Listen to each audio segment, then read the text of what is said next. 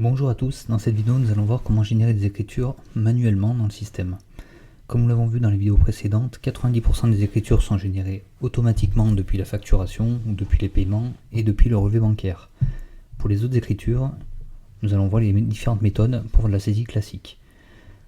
Premièrement, la saisie manuelle en création d'une pièce comptable. Je saisis mon journal, par exemple pour saisir une facture de frais généraux. Je saisis ma référence, ma date, et je saisis ensuite les écritures comptables. Le libellé de l'écriture, le partenaire si nécessaire, qui me remonte le compte, paramétré dans la fiche, le crédit, puis ensuite le compte de charge, et enfin le compte de TVA. Après avoir sauvegardé, l'écriture est en statut non validé et le bouton comptabiliser me permettra de la valider quand j'aurai fini.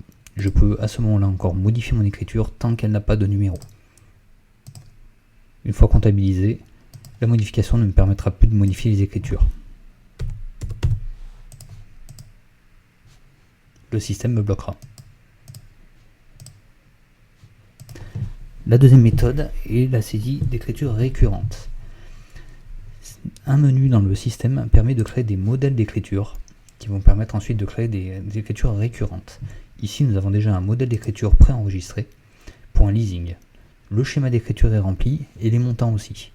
Le journal est paramétré et le nom du modèle, grâce à des balises, permet de paramétrer automatiquement les libellés à afficher. Par exemple ici, mes écritures s'afficheront sous le nom leasing automobile, le numéro du mois, un slash et le numéro de l'année.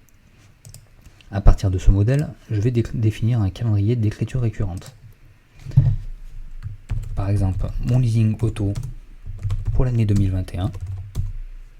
Je sélectionne mon modèle, ma référence qui peut être par exemple le numéro de contrat du leasing pour l'année, l'échéancier.